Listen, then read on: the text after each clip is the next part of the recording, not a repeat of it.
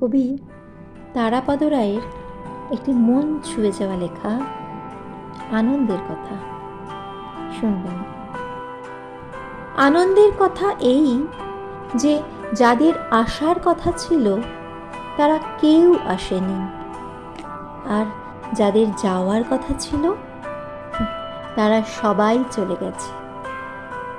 আনন্দের কথা এই যে একা একা হয়ে গেলে যত খারাপ লাগবে ভেবেছিলাম তা তো লাগছে না, বরং এই যে কয়েকটি চড়াই নিজেদের মধ্যে চেঁচামেচি করছে, ঘরের ছাদে মসৃণ হেঁটে যাচ্ছে একটা দুধ সাদা টিকটিকি, ঘড়ির কাঁটা এগোচ্ছে টিক টিক করে, কতকাল এসব খেয়াল করিনি।